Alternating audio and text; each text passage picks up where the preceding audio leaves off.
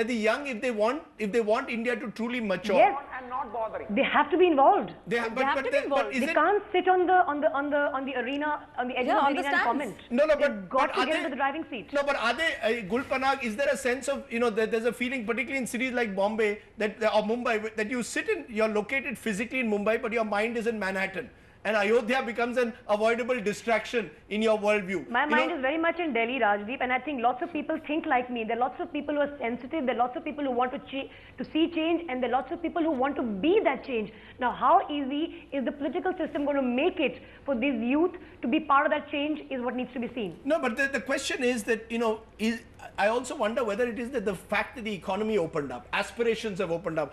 Everybody, I would rather have a good life now because I see it around me than get caught in Ayodhya. Is that the big change you think?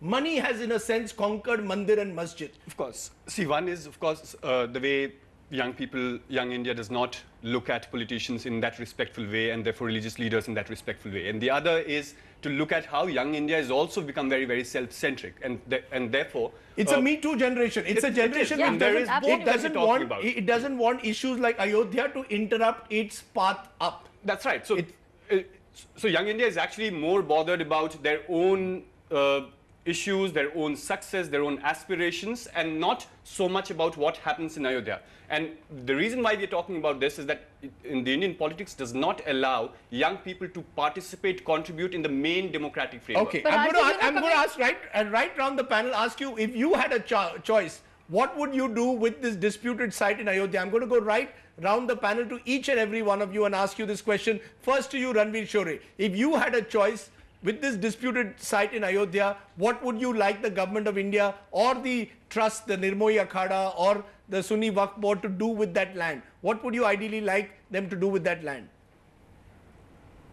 I would say here and now, stop all litigation about this, accept the court's verdict, talk to each other, help each other, what you ought to be doing in the first place. No, but what would you like on the land? What would you like to see being built on the land? Would you like to see a mandir and a masjid being built on the land? Would you like to see a hospital, a school, or just the land being left vacant? What would you like to see on that land? Oh well, I think a national monument is in order. After all the all the stuff that's gone down there. National monument. Hamidullah Saeed, what would you like to see? I would like to see peace and tranquility. You'd like to see peace. Okay, spoken like a politician, very diplomatic. Rahul Ishwaran, what would you like to see?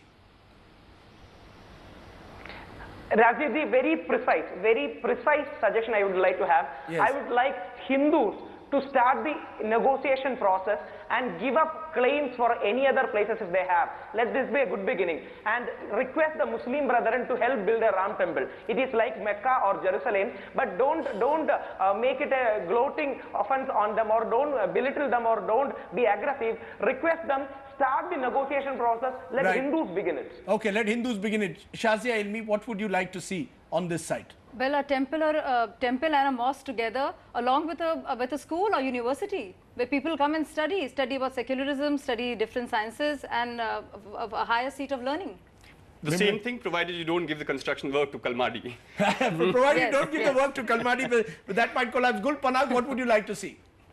Well, I'd have to concur with Shazia. I'd like to see a school or an educational institution that comes out of reconciliation between both the Hindu and the Muslim faction, because that to me is the need of the hour. We need to educate our people and not definitely build temples and mosques. So maybe an interfaith school. Yes, there's a very interesting kavita which says that मंदिर मस्जिद गिरजा घर में बांट दिया भगवान को, धरती बांटी सागर बांटा, मत बांटो इंसान को. So we've done all the division. The last thing that we possibly could have come to is 1/3 of that land, and that should ideally bring peace, and therefore there should be no politics of separation anymore. You want a quick last word? Quick last word. You get the benefit of being in the studio. One quick last word. Yes, I think it's great what you're saying, but I think let's stop talking in terms of platitudes. In lovely poetry, sher o shairi, let's ask hard questions. Every time a politician talks about, any politician about Mandir Masjid says, yes dude, what next? What about the potholes? What about the public laboratories? Let's asking the right questions. Any politician discussing religion should be boycotted unless they talk development. Yes. Okay, so you're saying the Shahi Imams, the Praveen Togadia should be boycotted on both communities, whether it's Muslim or okay, fair enough. I think कसम राम की खाते हैं, कसम अल्लाह की खाते हैं, एक शानदार भारत बनाएंगे. Okay, that's also Shairi. That's a Shairi again. That's a Shairi again. But appreciate. We need poetry and prose. Okay, Ranveer Shore, Hamidullah Saeed, Vimlendu Jha, Shazia Ilmi, Gul Panag, Rahul Ishwaran, appreciate your joining us on this debate, refreshing from all the legal battles that we've been having over the last 24 hours. Well, what are you, the viewers, saying? IBNlive.com/Blaze. Ahmadi writes in, yes, India of today has moved well beyond the India of 1992, when Ayodhya was the central theme of existence for many people. Today's young generation is far more mature and more exposed to the world to be bothered about rights over a place of worship. Where do we stand? This is the editor's take here on CNN IBN. This is where we stand on this issue when it comes to young India.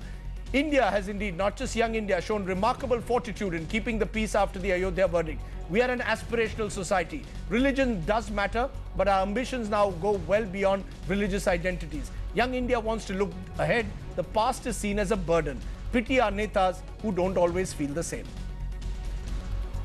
Okay, from that, let's get all these other top sport for joining us. Well, that's all we have this weekend.